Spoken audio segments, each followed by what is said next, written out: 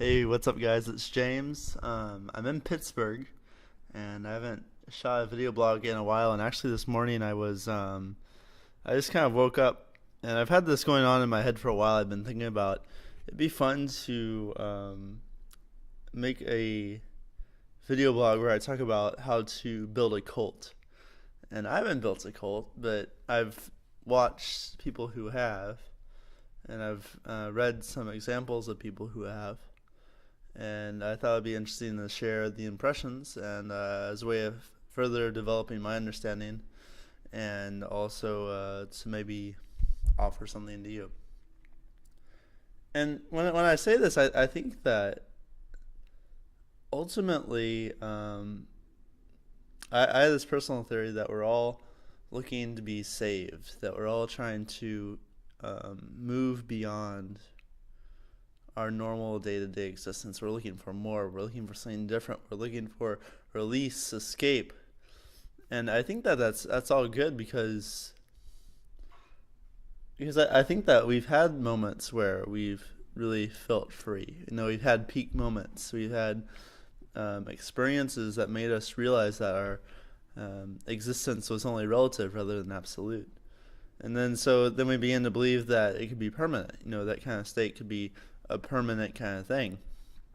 And I think that's interesting to kind of look at that in terms of how certain people come into power, and not power in not necessarily in the have and the have-nots, or you don't need to necessarily be doubting or being skeptical, but just to kind of see how that process works, just kind of from an objective standpoint.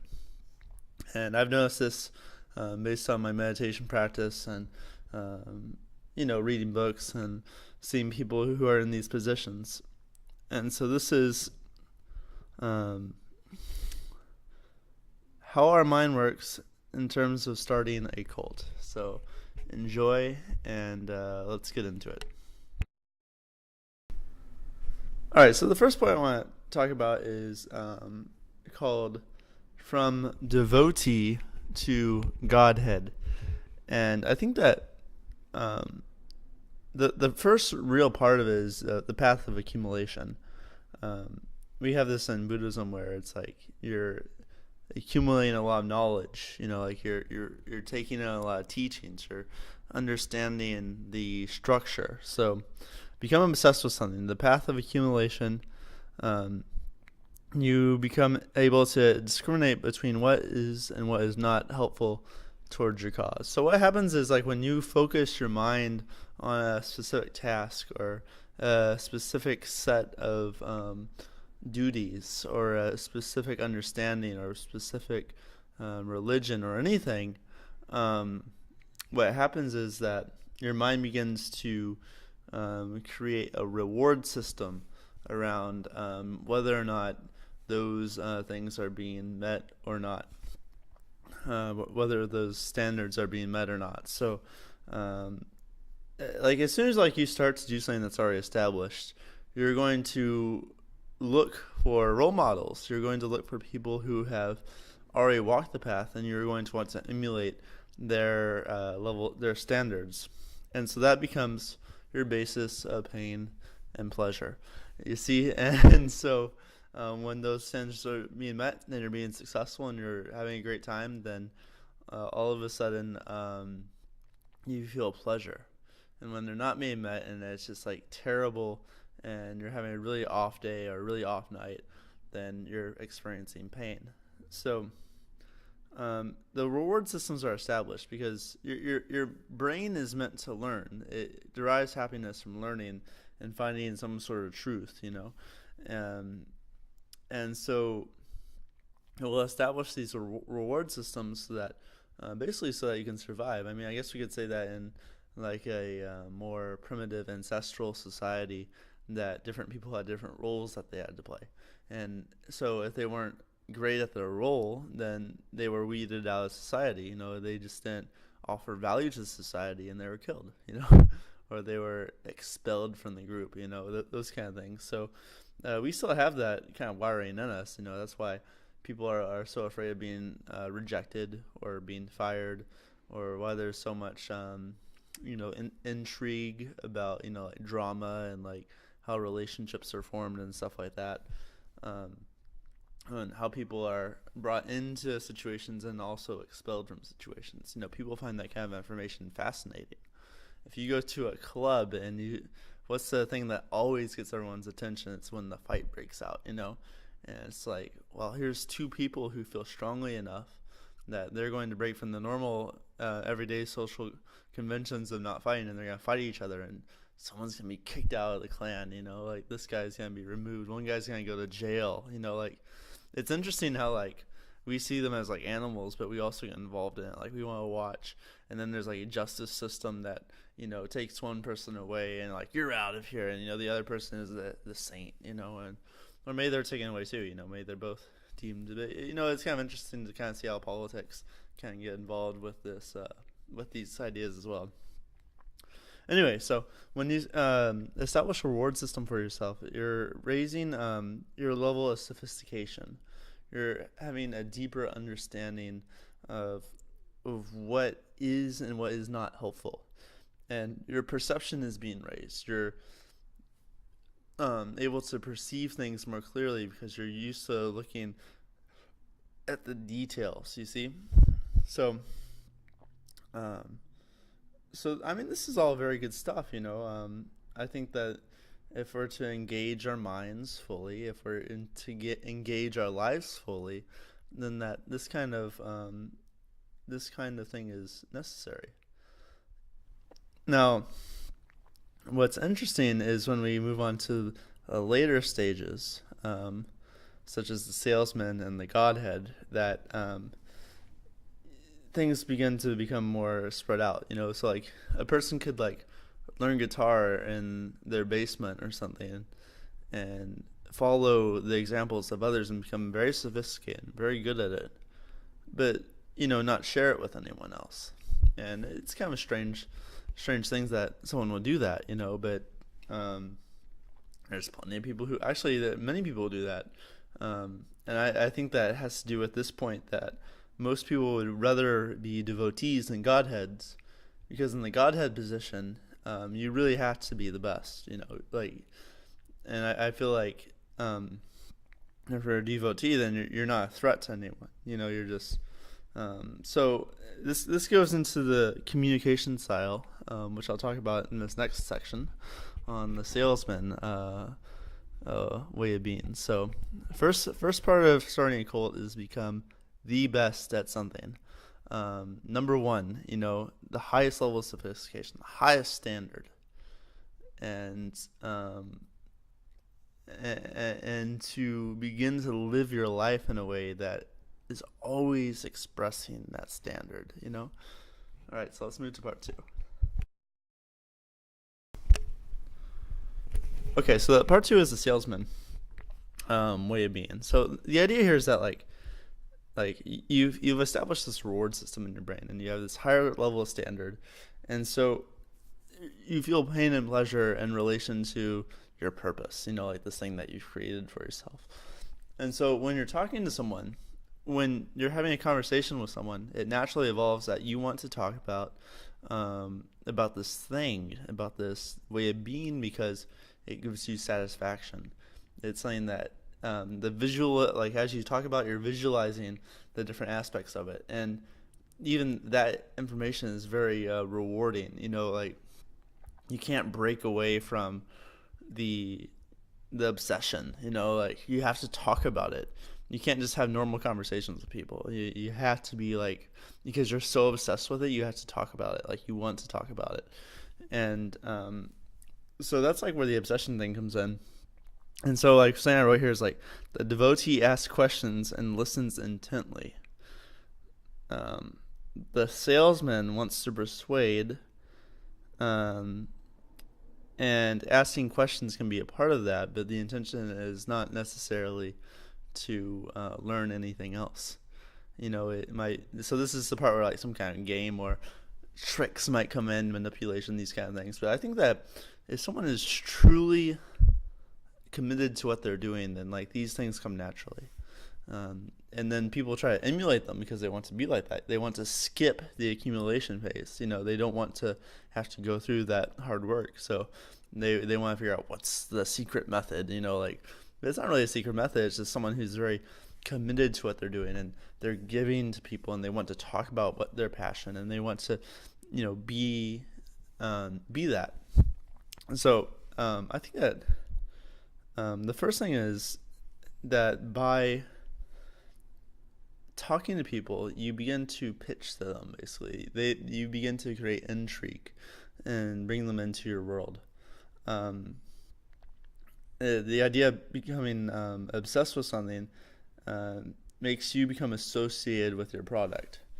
So this is something interesting because I have some friends who are thinking about starting video blogs, and I've done a few video blogs. This is like one of them, and I think that the big thing is like always a doubt is like I'm not the expert yet. There's no way that people will listen to me. Like why should anyone listen to me? I'm just I just have a regular job, and I've been doing this thing for a few years, and I'm really excited about it, and I want to talk about it. And I think that that's where you actually have to start. And so the fake it till you make it thing, I hate that because it has such a bad rap on it. It has such a bad understanding. People I don't want to fake it, and it's like whenever you show up, whatever you present is who you are, If it's a bit crazed, a bit, try hard, then that's who you are at that moment. And, that's an indication of a place where you can improve, a place where you can bring in more resiliency, you can bring in more understanding, you can take time to challenge yourself and bring more experiences so that those kind of frames can become more congruent. So I don't like that. I don't like fake it till you make it.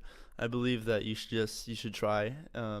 Any shaming that keeps you from actually presenting yourself is going to be in the negative column. We only live one time, so we really have to do our best here. So the devotee asks questions and listens intently, and the salesman works to persuade by doing anything he can.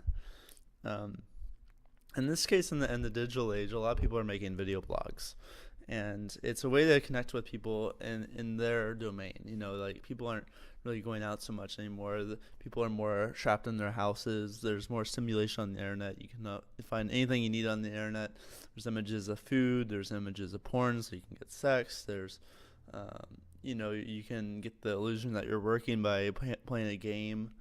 All sorts of stuff is on the internet, And so, we don't really have to be outside anymore. So you can reach people in this way, just like how I'm doing it today. So, and what I said is, as long as you're creating content, others who are also passionate about the same thing will at least view you as a friend. If they're smart, they will want you in their circle. They will want you in their circle of concern. So it's like, let's say if my topic is about meditation, and I'm creating videos about meditation, then people who are meditators and interested in having the highest standard will at least view me as a friend. The brain will, because it has a reward system, it will say, oh, here's a guy who's also into meditation. This is something that I need more of, so it's like they draw you in, like that. That's at the base level, as long as you're putting stuff out. I don't know how comprehensive this video is. I think it could be better. I think that a lot of people think that what they're doing isn't good enough. And it's like, no. It's like what you put out at any moment is the best thing that you can do. And so you might know that you've had amazing moments, you might know that your life has had these very deep, insightful places where you just didn't have a camera, or you just didn't have an audience. Or you did have an audience and, it worked great, but it's most of the time it's not like that. So what you have to learn how to do is learn how to raise your base level of competence, and also just be confident and just present whatever you can. You're not going to be Superman all the time, but most of the time you can just be normal, be yourself, and create something that others will view as value. Just because you're putting stuff out there, just because you're becoming involved in the media, just because you have a face and a persona and you're presenting yourself as the expert, will make people interested in what you have to say. Just the mere act of bravery is 95% better than most people. And it's interesting to look at, like, a lot of people could put themselves out there like this, but would they? You see what I mean? Like, you could, but would you? Like, and the difference between that is confidence. And the difference between that is if you believe that you are the person who has the information for other people. If you don't believe it, then actually more often than not, you're not going to do it, because you won't feel pleasure from doing it. So, like, there's actually kind of like this idea of kind of like loneliness, where it's like you're out and like you're really pursuing this thing and you can't relate to anyone and you feel bad, and it's like you take some time off because you want to relate with someone, and when you relate to them, you just spill it out to them. You just, and that's like a transmission. So it's kind of cool. So yeah, I said that, others will categorize you into the friend category, and if you're really good at what you're doing, and if you're good at sales, and if you're used to doing this, I mean, this is the thing where you're doing it constantly, then you'll begin to become very persuasive. And so then people will begin to look at you as the leader, as the expert, and they might be even wanting to pay you some money for what you do. And really, I think that it's just that they want to be around you. They just want to make sure that you understand their needs, and that, like, you're also able to answer their question. They think that they have a really special question or something that's really a unique case, and they want you to help them out. They want to qualify themselves in a way that makes them feel special. So and this is an interesting point also about attractiveness, and we can easily see feminine attractiveness. Male attractiveness is a little bit more elusive, and I think that it comes down to the sense of purpose. Like, you have a purpose, and you're following the purpose completely, and you're developing perception and sophistication, and because of that, this sense of a glow begins to come across your face. You begin to have, you begin to feel or seem like you're full of energy, and women are very sensitive to this kind of thing. Like, they can really see the difference, and when you have that, that makes a really big difference. And not just women, but anyone who perceives you. This will be the segue into the final part, the Godhead part. So when you're moving from salesman to Godhead, there's this sense of what you're doing is bringing you so much pleasure and so much happiness, and you have this glow about you. And when people meet you, they begin to wonder if you are God. They not consciously, but unconsciously, that something in them like picks up that, like, wow, this guy is permanent. He's not impermanent like the rest of us. Like, maybe there's something here that I could get. Maybe there's part of this that I could pull in. And this is all very irrational, but it makes sense to us because none of us want to die. I mean, that's a very simple thing. And so when we see someone who is really full of energy and full of vitality, in the moment our brain registers that this person might be God. And I have some I'll get into it in a second. I'll do it in the next part. But how could a person glow? Like, what is different about this person? I feel different when this person is around, and it's not necessarily like salesman, like, and he's like, I give you this, and like all these like salesman moves or something like that. Sometimes it can just be like a very strong presence, or social proof really gets into that too. Like, if a lot of people are devoted to him, like, someone will ask themselves, why are so many people devoted to him? And then their brain will come up with an answer, and they'll begin to see the little parts of him that or her that make him interesting. And you might have noticed this before, if like you heard like a pop song, and like the first time you heard it, you didn't really like it, but then you notice everyone else was liking it, and it's like, why does everyone like this song? And you see them dancing to different parts of it, and they're getting into it, and like then you're getting into it, and then like a few months later, it's like your favorite song, right? So it's like it's the same thing. So I've met teachers in the Buddhist path before who have been very humble when I met them. They seem like normal people, and then later everyone's crowded around them, and I'm like, why does everyone like this person? And then because I'm asking myself these questions, I begin to notice. I begin to notice the subtleties, and I'm not quite sure if it's true or not. these are one of the tricks that the mind plays on us. That you know, like that makes us you know, perceive reality in a certain way. So interesting to think about. And now let's move on to the Godhead portion, which is actually the most interesting. So here we go. Okay, so the Godhead part is very interesting. I don't know if everyone really wants to do this. I think it actually starts from the very beginning, from the path of accumulation, from becoming obsessed.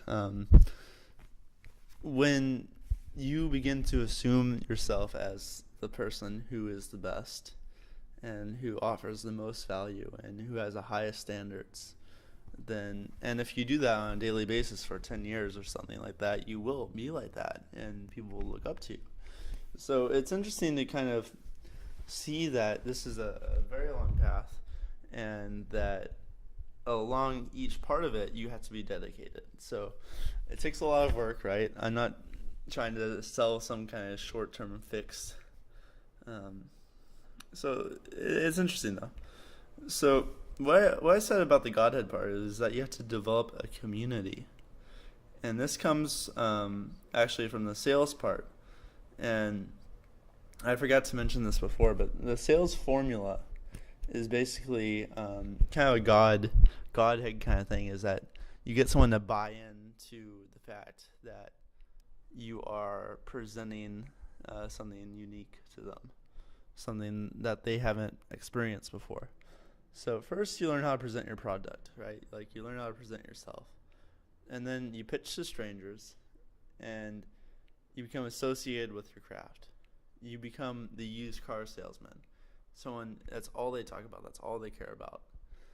And then the next part is that maybe you realize that in day-to-day life it's better to kind of engage people normally, you know? And then that's where it becomes interesting, because it's like the first thing that you do is you interrupt the script. And I've noticed this before in different situations, from pickup to religious things, where like, because you have so much knowledge of how communication happens, how people communicate with each other, you know when and when not to, like it's like you don't want to go along with the bullshit. Like you're like, you interrupt the script. Like you're like, hey, you probably don't even say hey what's up, but like if you're like hey what's up, and like da da da, and you're like, no, I'm not gonna talk about that.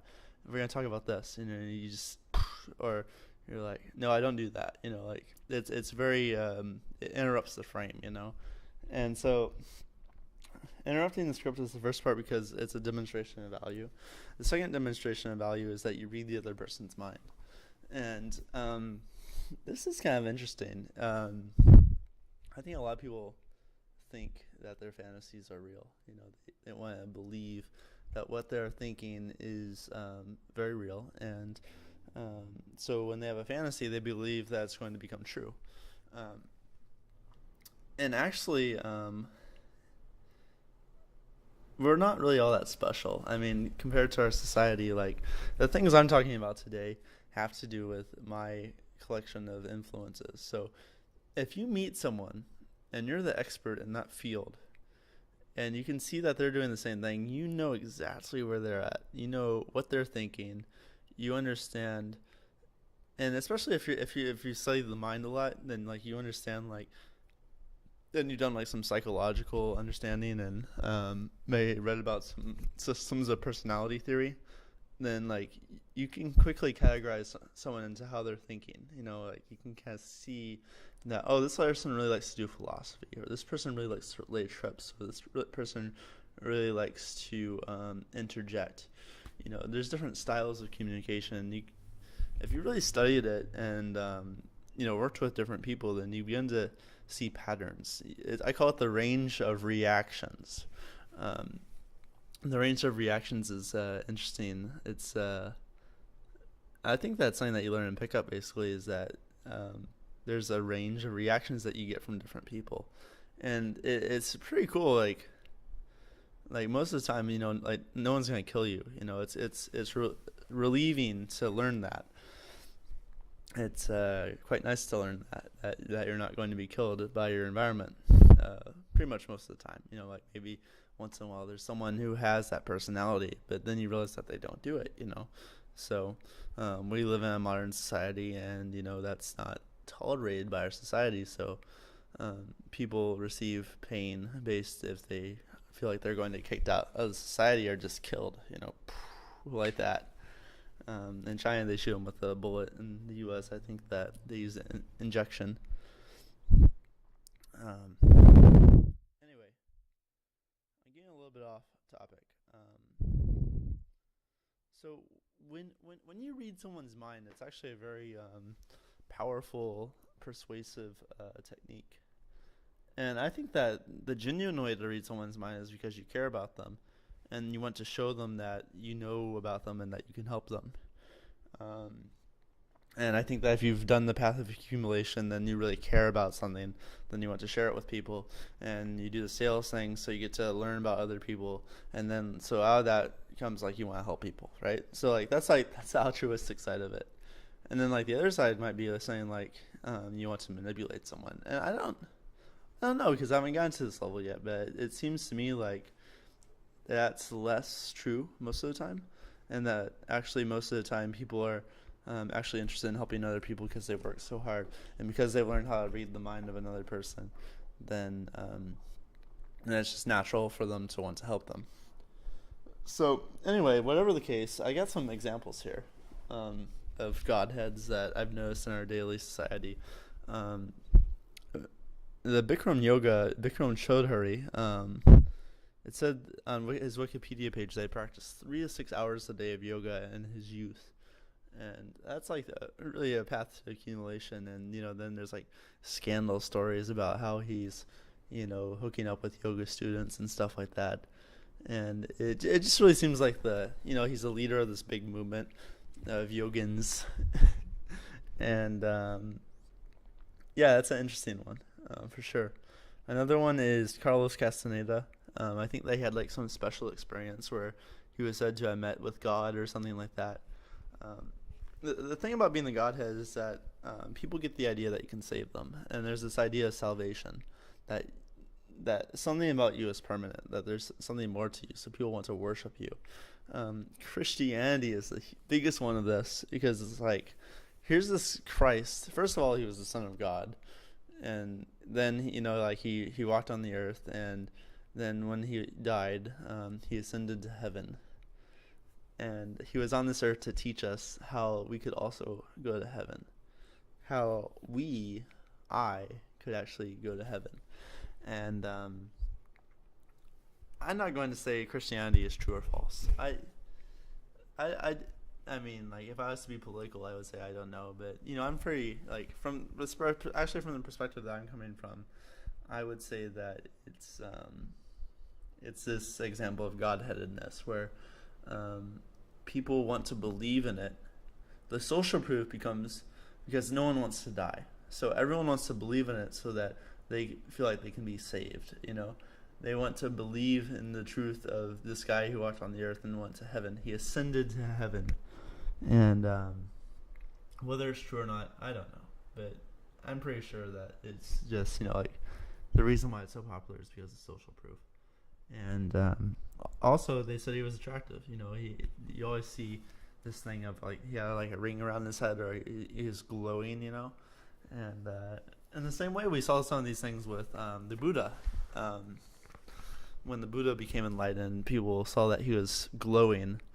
And actually, in that case, one of the first things he said was suffering, and that we're all going to experience birth, old age, sickness, and death. I've made some videos about that, so I won't go into it so much today. But yeah, it's interesting to kind of look at organized religion in that sense, that people want to be saved so that they'll devote themselves to something.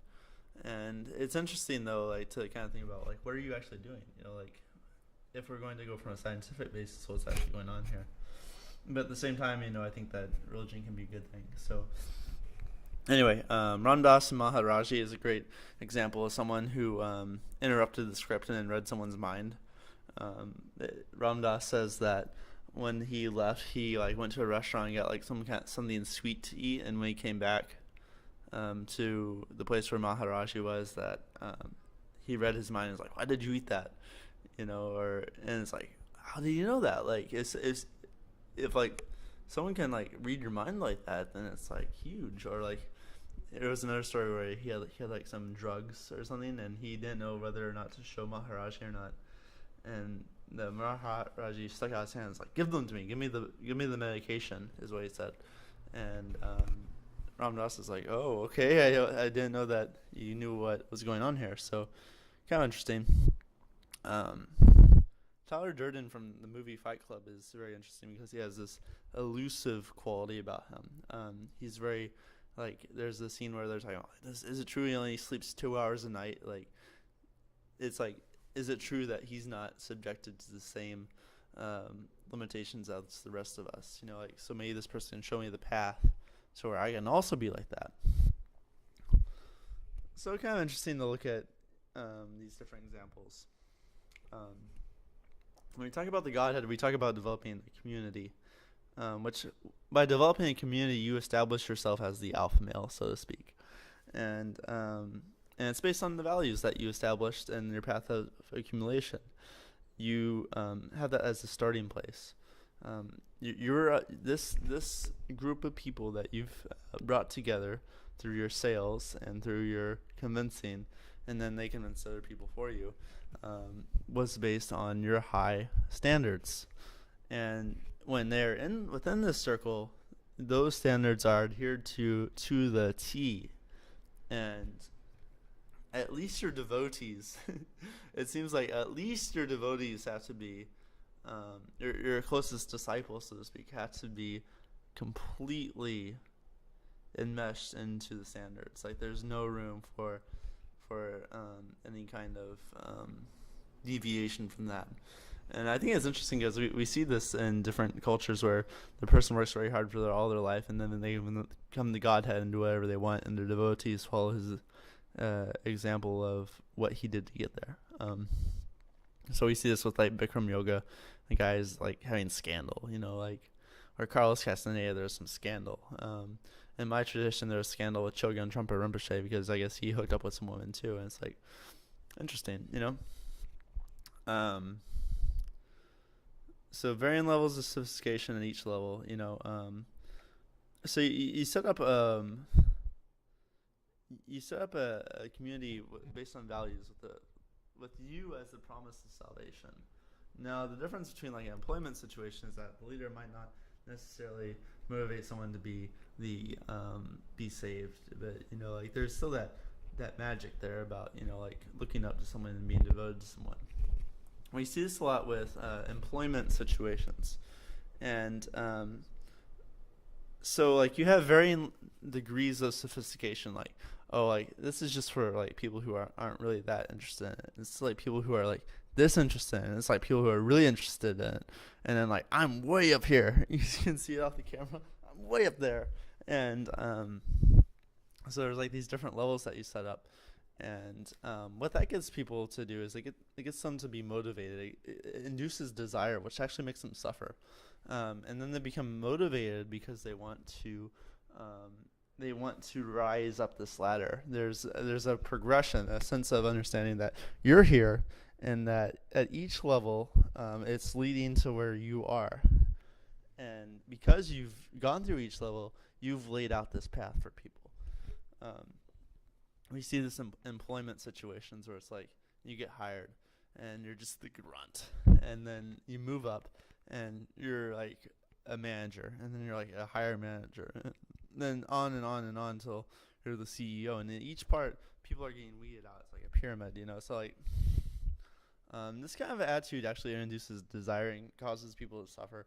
I don't know if it's completely necessary unless it's something that you're actually committed to. But people are very naturally kind of follow that pyramid style of thinking.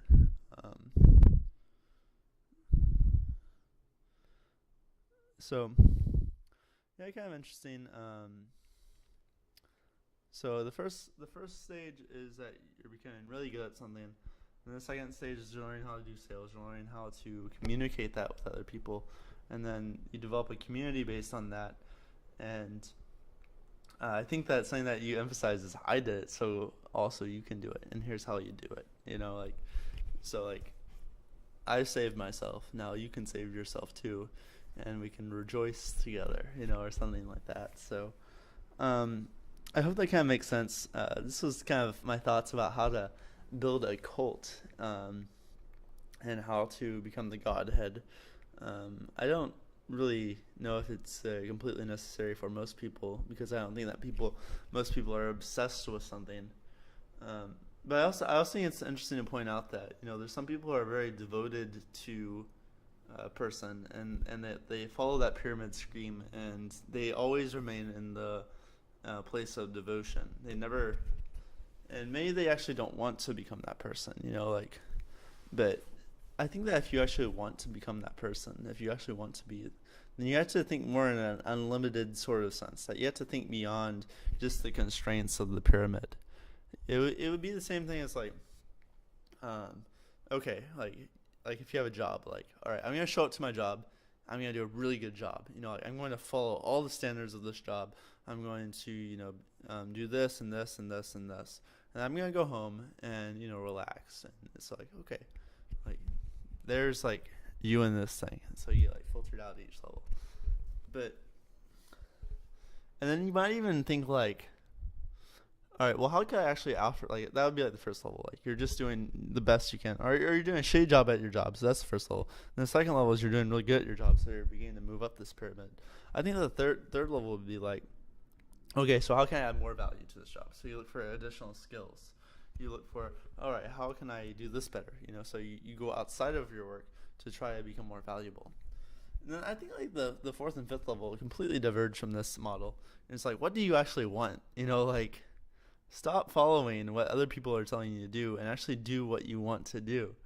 And it might not be this pyramid, it might be something else, or it might be something completely new. But the idea is that you're jumping off, you're taking a leap of faith.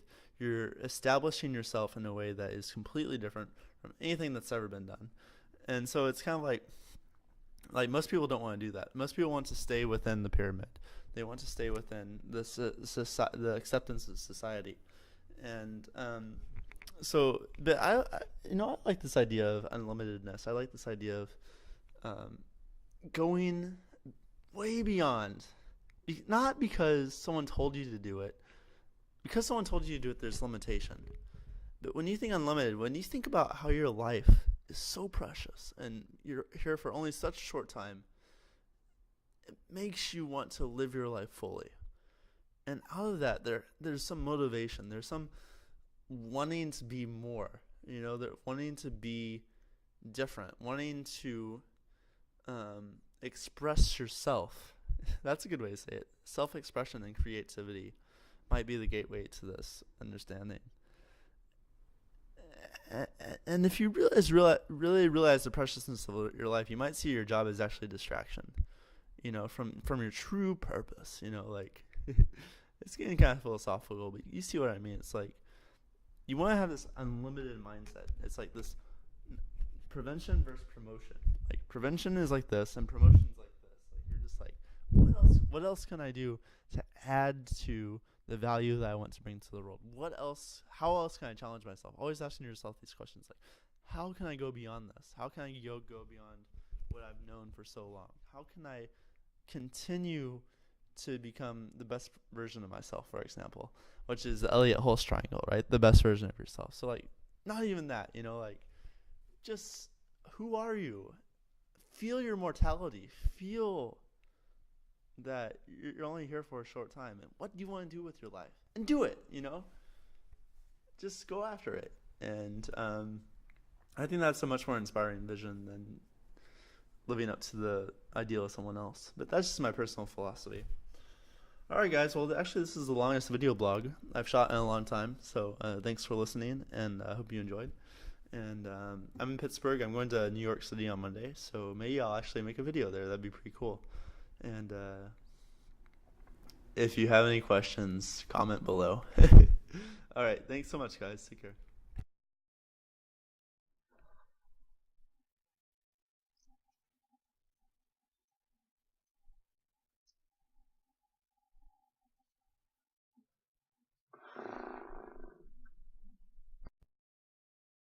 All right, guys. There's one more thing I wanted to say, and I just wanted to clarify this particular point, and it's this. It's the steps of sales, the 4 or 5 steps of sales. So like the first thing is like because you might be an expert or sophisticated in your particular environment. What that means is that you're going to feel comfortable in that environment. So the first thing I think is to be really feel solid, feel comfortable, feel like you are the spreader of knowledge or the source, the emanation, these kind of things. So to be the best, it's not completely necessary, but it's very helpful. And from that, you approach people. It's this approaching reward system that our brain has, is that you engage other people, and or they engage you. You know, there's communication that happens. And from there, I think, and this is just very specific to like just for fun, you know, just like kind of like what I've noticed about like kind of the cult perspective is that the first stage is that you interrupt someone's script, right? We said this. And then you read their mind for them. Like you say, oh, you're thinking this, or this is what's going on in your head, or this is what you did that caused you to think this. So that you begin to get them to buy in, you know, like, wow, this guy really knows a lot about me. You know, like maybe he can save me. You know, like what else does he know? What does he know that I don't know? These kind of themes. And then after that, this is the fun part, or it's like, I think the third part is that you demonstrate value. And in terms of game, you know, like going out with girls, that could be like being comfortable in the environment or doing some social things, or, you know, just, you know, being comfortable enough to say, let's leave now, something like that. But I think that in a spiritual sense, the idea of miracles is that you want to show them a miracle, you know, like something that they've never seen before. I think that this is pretty much epitomized in the magician setup, where the magician does something so amazing that people can't believe their eyes. And so a magician is one way that happens, and then another way is like a holy figure. For example, Christ rising from the dead, or the clouds parting, or turning. In Buddhism, we talk about a guy who turned the ground to gold, or, you know, flying, or levitating, these different things. And people will really buy into you then, won't they? But whether that happens or not is optional, I guess. And then the fourth part is closing, you know, like but that happens easily after you've levitated and read their mind and stuff like that. So that seems to be the formula for bringing in followers to your cult. So thanks. That's all.